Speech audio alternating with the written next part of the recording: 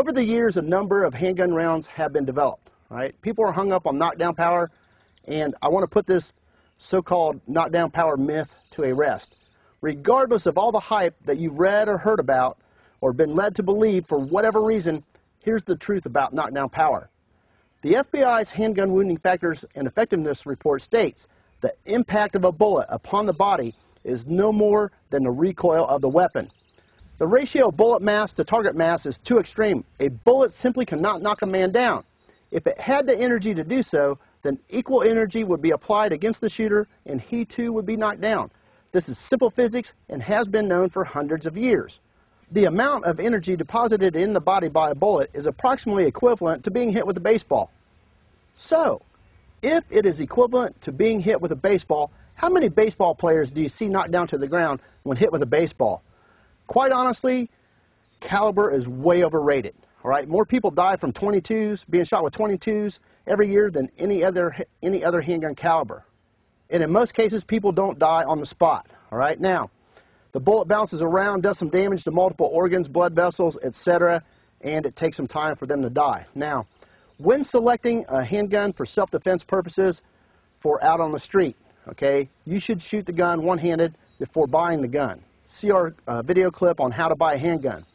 If you cannot shoot the gun one-handed accurately while at the range, then you probably need a new gun and or possibly a new caliber. The reason I say shoot it one-handed is because contrary to popular belief, odds are that you are going to be shooting the gun one-handed and not two-handed like most people are taught or led to believe. More than likely, you're going to need to be doing something with your support hand like parrying a knife attack, etc. Getting two hands on the gun is a good idea, but not practical in most real-world encounters. Caliber is irrelevant if you cannot hit your target. It doesn't matter what size of bullet you miss with. And we're going to talk more about hitting your target in the shot placement video, so be sure to watch it. There are only two targets that will immediately incapacitate the attacker. The first one is the brain, and the other one is the spinal cord, and both targets are extremely difficult to hit in a dynamic situation. Most, if not all, handgun rounds lack the necessary power to penetrate the body and hit the spinal cord. To date, there is no magic bullet, and there probably will never be such a thing. All right, and we're talking about handgun rounds here. All right, now, there are three things necessary for a bullet to do the necessary damage to optimize your chances of immediately neutralizing the threat. The first one is penetration. That is first and foremost. If you don't have penetration, nothing else matters. Most handgun bullets don't have the penetrating power to sever the spinal cord. Okay.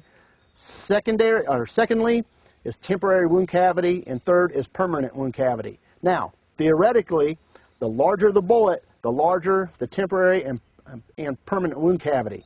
With that in mind, I've talked to a surgeon who specializes in gunshot wounds, and he said that in most cases that he couldn't tell the wound tract of a .45 from a 9mm because the body is very elastic and shrinks the wound cavity, sometimes almost immediately. Okay, so he studied hundreds of gunshot wounds over in Marion County around the Indianapolis area, and he found that in most cases you can't tell the difference between a 9mm and .45 wound tract.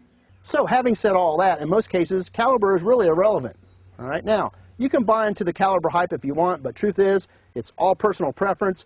I prefer a 9mm because of potential follow-up shots when shooting, especially with one hand.